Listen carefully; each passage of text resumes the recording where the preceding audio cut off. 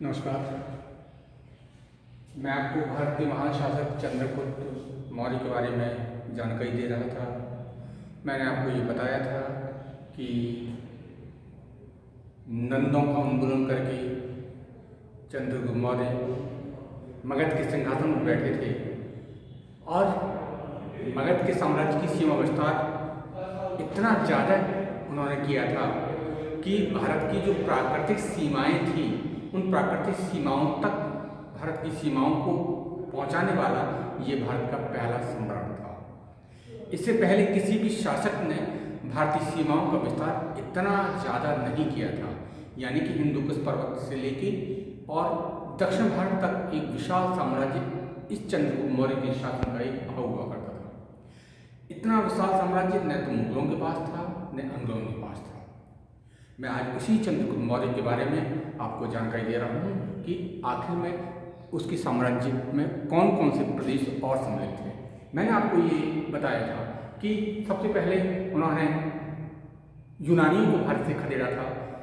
जो पंजाब तक का जो प्रदेश था, सिंध का जो प्रदेश था, वो उन्होंने मौर्य साम्राज्य के अंदर मिलाया था, अपने साम्राज्य का उन्होंने भाग बनाया था।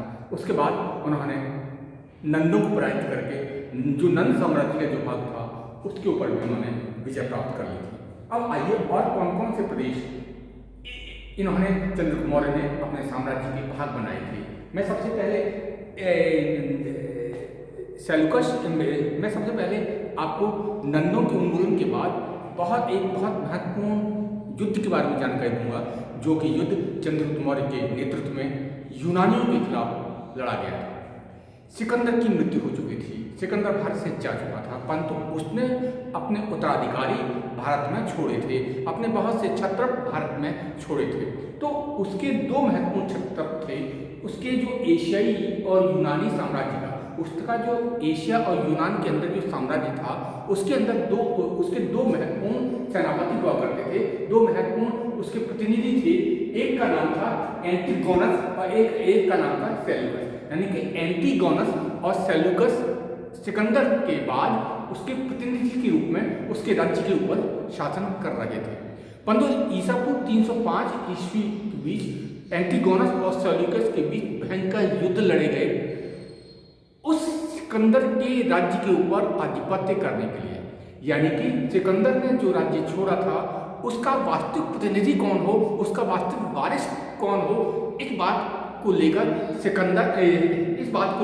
सेल्यूकस और एंटीगोनस के बीच युद्ध हुए और उस युद्ध में सेल्यूकस ने एंटीगोनस को पराजित कर दिया और 305 ईस्वी तक सेल्यूकस जो था वो सिकंदर के यूनानी साम्राज्य का अधिपति बन चुका था, यूनानी साम्राज्य का वो शासक बन चुका था।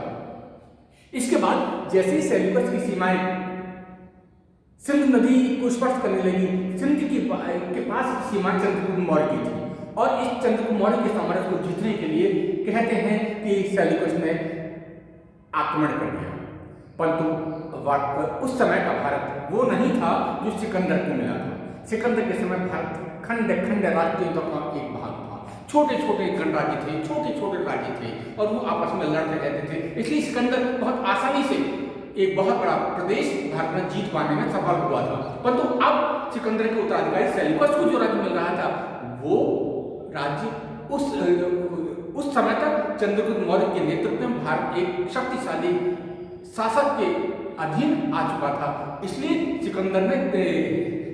सेल्यूकस ने गलती की और गलती ये की कि उसने चंद्रगुप्त मौर्य के राज्य के ऊपर आक्रमण कर दिया। सिंध पार मौर्य सेनाएं खड़ी थी और उन मौर्य सेनाओं ने इस यूनानी आक्रमण को पूरी तरह कुचल दिया। सेल्यूकस भारत की सीमाओं में पहली बार बहुत बुरी तरह पराजित हुआ।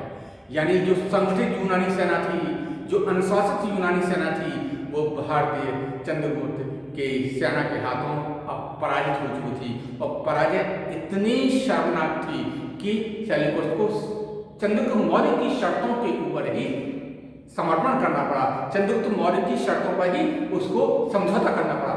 समझौता था एक बहुत बड़ा यूनानी प्रदेश जिसके ऊपर के अभी तो सेल्यूकस का अधिकार था, वो सारा का सारा चंद्रगुप्त मौर्य को सौंपना पड़ा। यानी जो हमको तत्कालीन जो ग्रंथ मिलते हैं उसमें हमें जानकारी मिलती है कि संपूर्ण एरियाना प्रदेश था, एरियाना जो प्रदेश था वो संपूर्ण प्रदेश सेल्यूकस ने मौर्य साम्राज्य को सौंप दिया, चंद्रगुप्त मौर्य को सौंप दिया। इस एरियाना प्रदेश में कौन कौन से प्रदेश आते थे? काबुल का प्रदेश आता था, कंधार का प्रदेश आता था, हेरात आता था और मकरान तक का प्रदेश आता था। यानी काबुल, कंधार, हेरात और मकरान, काबुल, कंधार, हेरात और मकरान का विस्तृत प्रदेश जिसको कि यूनानी एरियाना प्रदेश कहते थे, वो संपूर्ण एक विशाल प्रदेश चंद्रगुप्त मौर्य को सौंपना पड़ा। और इस तरह ये विजय इसलिए भी महत्वपूर्ण थी, ये जो समझौता इसलिए भी महत्वपूर्ण था कि पहली बार भारतीय साम्राज्य हिंदुकुश पर्वत तक पहुंच चुका था। यानी कि भारत की प्राकृतिक सीमा हिंदुकुश पर्वत मानी जाती है और ये पहला दौर था, पहला ऐतिहासिक क्षण था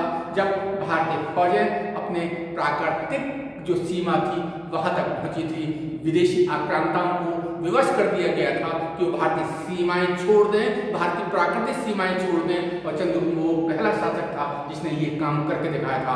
एरियाना का प्रदेश यानी कि मकरान, हेरात, काबुल, कंधार जैसे जो सामरिक दृष्टि से बहुत महत्वपूर्ण प्रदेश थे हिंदुस्तान के लिए, वो प्रदेश भारत को वापस मिल गए थे। भारतीय सत्ता आप दोबारा काबिज हो चुकी थी। समझौते की पहली शर्त एरियाना प्रदेश द्वारा भारत को सौंपना था, एरियाना प्रदेश द्वारा चंद्रगुप्त मौर्य को सौंपना था। ये सेल्यूकस के जो समझौता हुआ था उसकी ये पहली शर्त थी।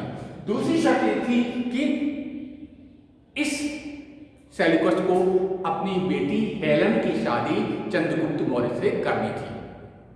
मुझे नहीं मालूम अगर मैं सही हूं गलत हूं, ये बहुत महत्वपूर्ण अंतर्राष्ट्रीय शादी थी जिसमें एक यूनानी विजेता, एक यूनानी शासक भारतीय राजा से पराजित होकर, अपमानित होकर अपनी बेटी की शादी, अपनी पुत्री की शादी भारतीय शासक के साथ कर रहा है। उस पुत्री का नाम इतिहास के ग्रंथों में हेलेना हमको दिखाई दे रहा है, हेलेना पढ़ने को मिलता है। तो दूसरी शर्त सेल्यूकस की पुत्री की शादी, हेलेना की शादी चंद्रगुप्त मौर्य के साथ की जाएगी। तीसरी शर्त थी कुछ सम्मानजनक शर्तों में चंद्रगुप्त मौर्य को भी कुछ देना था। चंद्रगुप्त मौर्य ने 500 हाथी सेल्यूकस को उपहार में दिए थे और कुछ बहुमूल्य औषधियां सेल्यूकस को उपहार में दी थी। यानी कि चंद्रगुप्त मौर्य को उनने मात्र कुछ हाथी, 500 हाथी और कुछ औषधियां उपहार के रूप में सेल्यूकस को दी थी। और चौथी शर्त थी कि इस समझौते को स्थायी रखने के लिए, भविष्य के मतभेदों को दूर रखने के लिए एक यूनानी राजदूत चंद्रगुप्त मौर्य के दरबार में आएगा, चंद्रगुप्त मौर्य के दरबार में रहेगा। तो सेल्यूकस ने मेगास्थनीज नामक व्यक्ति को, मेगास्थनीज नामक यूनानी को चंद्रगुप्त मौर्य के दरबार में यूनानी राजदूत के रूप में भेजा था। तो ये बहुत महत्वपूर्ण समझौता चंद्रगुप्त मौर्य के शासनकाल में यूनानियों के बीच हुआ था। मैं दोबारा आपको बता दूं कि चंद्रगुप्त की जब दिग्विजयों की बात करते हैं तो उसने न केवल सिकंदर को भारत में आगे बढ़ने से रोका था, छोटे छोटे गणराज्यों को उसने अपनी सेना के नीचे एकत्र किया था, छोटी छोटी लड़ाकू जातियों को उसने अपनी सेना के अंदर भर्ती किया था और उसके बाद उसने मगध साम्राज्य को जीतने के बाद सबसे महत्वपूर्ण बात उसने भारत की धरती से विदेशियों को भगाया था।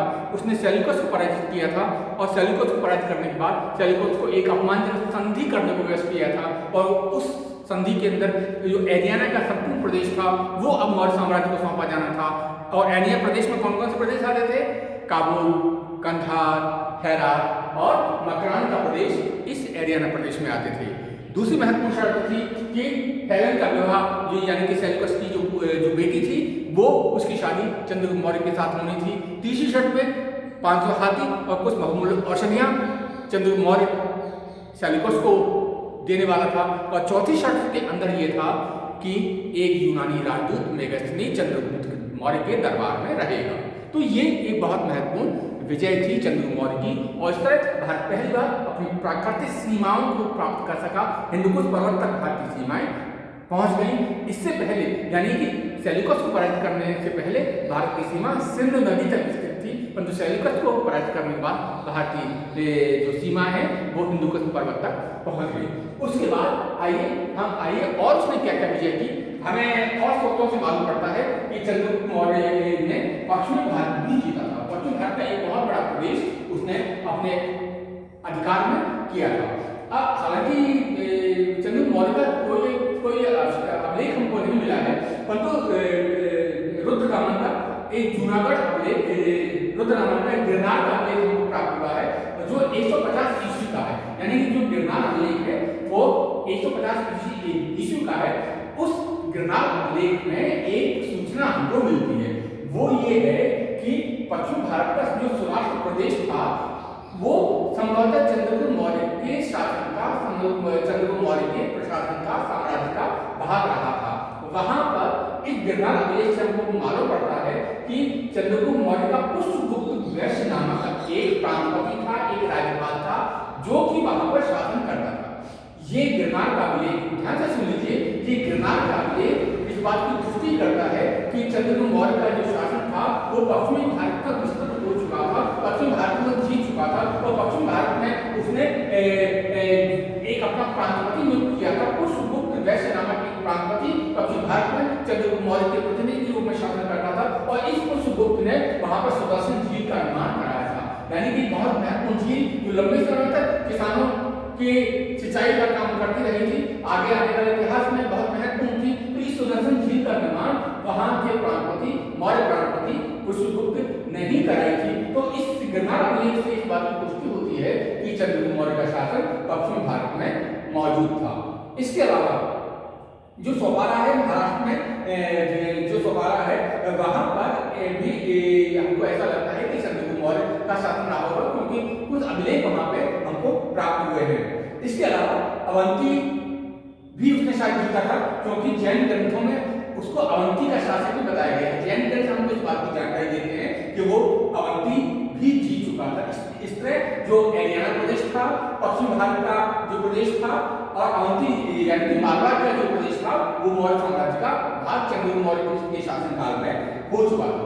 इसके अलावा दक्षिण भारत में भी उसने विजय प्राप्त की थी। दक्षिण भारत में हमको सिद्धपुर, जटिल, रामेश्वरम, गटी आंध्र प्रदेश में, ब्रह्मगिरी, पालक्की, गुंडू और नासिकी में अभिलेख मिले हैं। याद रखिए, अभिलेख उन स्थानों पर प्राप्त होते हैं जहां पर किसी भी शासन का राज्य रहता है, शासन रहता है। कोई भी दूसरा राज्य अपने यहाँ अभिलेख नहीं करवाने देगा। हमको मौर्य अशोक के अभिलेख दक्षिण भारत में मिले हैं, परंतु हमें इस बात की भी जानकारी है कि अशोक ने सिर्फ कलिंग प्रदेश जीता था। कलिंग विजय की सूचना हमको जरूर प्राप्त होती है, परंतु हमको इस बात की जानकारी नहीं मिलती कि दक्षिण भारत में अशोक ने और कौन कौन से प्रदेश जीते थे। तो हम अनुमान लगा सकते हैं कि दक्षिण भारत में शायद विजय चंद्रगुप्त मौर्य ने प्राप्त कर ली थी। कि 13वें अभिलेख जो अशोक का 13वां अभिलेख है उसमें उसकी कलिंग विजय की सूचना हमको मिलती है, परंतु कलिंग विजय के अलावा दक्षिण भारत की किसी अन्य विजय की सूचना हमको नहीं मिलती। तो हम ये अनुमान लगा सकते हैं कि दक्षिण भारत के अधिकांश जो प्रदेश थे वो चंद्रगुप्त मौर्य ने ही जीते होंगे। इसके अलावा जो अभिलेखीय प्रमाण है उसमें श्रणबेलगोला जो मैसूर के पास है, वहां पर भद्रबाहु और चंद्रगुप्त का एक शिलालेख मिला है, एक अभिलेख मिला है। उससे भी इस बात की पुष्टि होती है कि मैसूर के अंदर यानी श्रणबेलगोला में शायद चंद्रगुप्त मौर्य वहां पर मौजूद थे, वहां पर उन्होंने अपना जीवन बताया था, वहां पर उनका ये अभिलेख वहां इस बात की सूचना देता है कि वो प्रदेश शायद चंद्रगुप्त मौर्य के साम्राज्य का भाग रहा होगा। तो मैंने इसके अंदर का आपको बताया है कि यूनानियों का समूचा हरियाणा प्रदेश था, पश्चिम भारत था और दक्षिण भारत का एक बहुत बड़ा प्रदेश चंद्रगुप्त मौर्य जीत चुके थे। अब आइए इस विजय के बाद एक बहुत महत्वपूर्ण प्रश्न आता है कि आखिर चंद्रगुप्त मौर्य का धर्म क्या था, किस उपासना पद्धति को, किस जीवन पद्धति को वो अपनाते थे। कुछ ग्रंथों से मालूम पड़ता है और विशेष रूप से अगर मैं स्पष्ट रूप से नाम का उल्लेख करूं तो पश्चिम परमान जो जैन ग्रंथ है उससे मालूम पड़ता है कि अपने जीवन के प्रारंभ में वो एक शब्द का यूज करते हैं, मिथ्या मतावलंबी।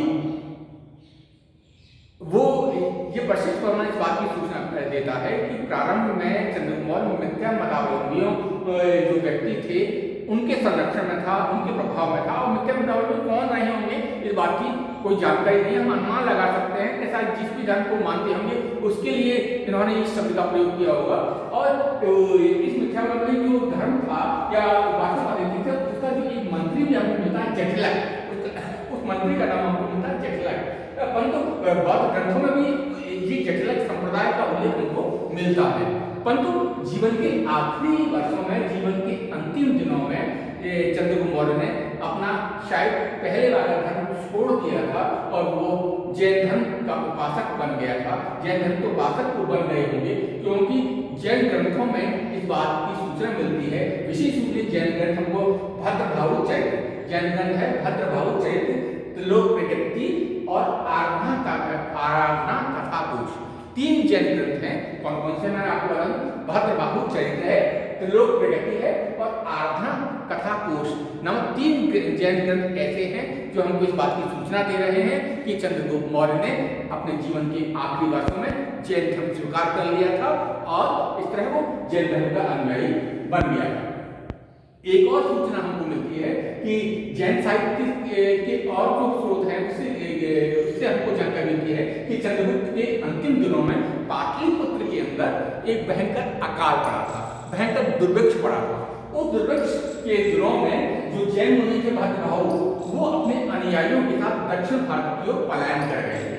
तो शायद जो भद्रभावु के साथ जिन लोगों ने पलायन किया हुआ उसमें चंद्रगुप्त मौर्य भी रहे होंगे और ऐसा अनुमान किया जाता है कि भद्रभावु के प्रभाव में आके चंद्रगुप्त मौर्य ने अपना जो शासन है अपने पुत्र को सौंप दिया था और पुत्र को शासन सौंपने के बाद वो भद्रभावु के साथ दक्षिण भारत के रणबेलगोला जो गुफा थी वहां चले गए थे। कहते हैं कि वही रणबेलगोला नामक गुफा में 298 ईसा पूर्व चंद्रगुप्त मौर्य की मृत्यु हुई थी। यानी कि मैंने जो समूची जीवन यात्रा उनकी 322 से लेके जो 298 तक बताई है, 298 तक बताई है, उसमें एक महत्वपूर्ण उस शासक के बारे में बताया है जिसने कि भारत का सीमा विस्तार भारत की प्राकृतिक सीमाओं तक किया था। निश्चित रूप से अगर हम मूल्यांकन करें चंद्रगुप्त मौर्य का, भारत का यशस्वी शासक था जिसने कि देश को एकता के सूत्र में पिरोया था। देश को विदेशी जो आक्रमणकारी थे उनसे इस शासक ने मुक्ति दिलाई थी। एक सुव्यवस्थित शासन व्यवस्था इसने स्थापित की थी। जो धार्मिक सौहार्द इसने कायम किया था और निश्चित रूप से चंद्रगुप्त मौर्य तत्कालीन भारत का एक महान व्यक्तित्व था, महान शासक था जिसके नेतृत्व में भारत लंबे समय तक एक बना रहा था। धन्यवाद।